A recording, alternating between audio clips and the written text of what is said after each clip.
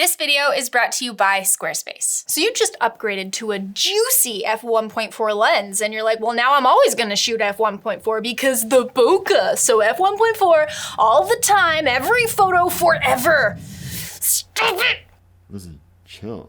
Calm yourself. I'm sorry, it's just that shooting f1.4 is one thing I hate that photographers do. So today I'm going to tell you why choosing f1.4 might not be the best choice and how you can exercise those creative juices by simply choosing a different aperture. Now before you scroll down and activate those trigger fingers, just hold on a second, okay? I'm not saying you should never shoot f1.4. All I'm saying is you shouldn't rely on it or use it exclusively. Just because you have access to it doesn't mean you need to swear by it. First, let's start with the most notable difference between f-stops, and that's the bokeh. With the more wide open f-stop, say 1.4, you're going to completely blur out the background and make it almost unrecognizable. While this is usually the go-to look when you think of a pro camera, it's actually not even that widely used in the industry. Now, people think bokeh looks really expensive and cinematic, but that's not necessarily the case. Achieving a more expensive and cinematic look is more of a combination of the focal length you're using, the lighting, or the actual depth between your subject, the foreground, and the background. When you close the aperture to something like f3.5 or even f5.6, you can start to give more context to the scene. This is great for portraits, product photography, you name it, because it helps tell a more complete story. You can actually see more of what's in your image, not just bokeh. Next, we're going to talk about sharpness. With sharpness, just know that the widest aperture is definitely not the sharpest. Here's a quick chart that I found from Ken Rockwell's website, which explains the sharpest f-stops for each lens aperture. This will vary for the exact lens that you own, as it isn't a perfect science. But for my 50mm f1.4, the sharpest aperture would be around f5.6. Now don't mistake sharpness for what's in focus. These are two different attributes of an image, and one of the main reasons why I don't often shoot f1.4.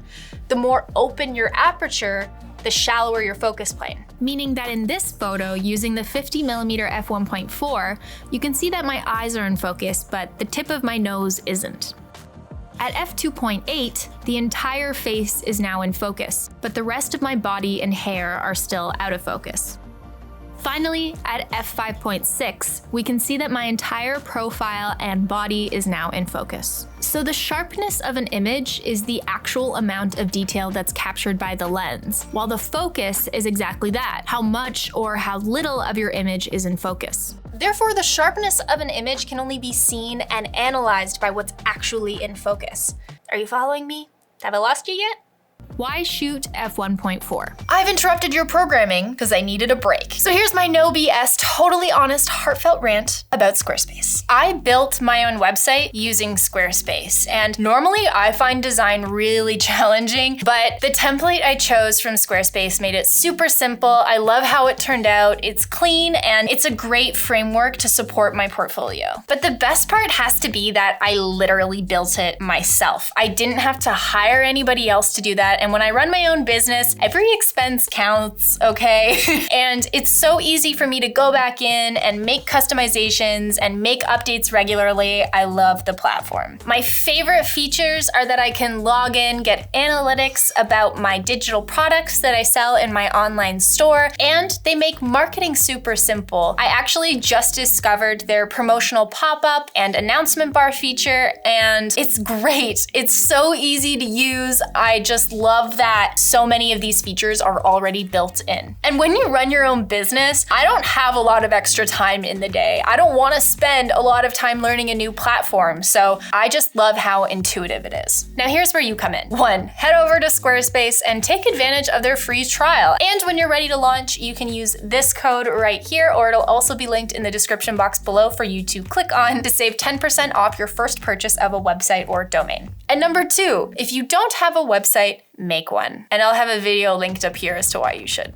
Overall, you have to be more aware with your stylistic choices when choosing an aperture to shoot with. Choosing your aperture should be purposeful. Your photo is a piece of art through which you're trying to convey a message or tell a story. You just need to ask yourself, is shooting f1.4 adding or taking away from that story or message? For my own work, my aperture is usually set between f2.8 and f3.5. I do this because I want to achieve a look that's balanced between my model being in focus and standing against the softest possible bokeh in the background. But for photographer Martin Scholler, he uses a super wide aperture as a stylistic choice in his portraits. It achieves a very tunnel-visioned and intimate feel. I believe he chooses this technique for his celebrity portraits because of the level of physical closeness that few people ever get the chance to experience, giving the viewer a sense of intimacy and vulnerability. Here are some more photo examples that benefit from a wider aperture. And here are some more photo examples that benefit from a more closed aperture. To make a long story long, if you're shooting f1.4, chances are your photo most likely is not fully in focus. So try stopping down to f2.8 or f3.5 so we're not just focusing on the tip of your model's nose. Thank you for coming to my TED Talk. Please like and subscribe and hit the notification bell because it takes us a long time to make these videos. And this is my job, so that would be nice. Goodbye. Adios. À la prochaine.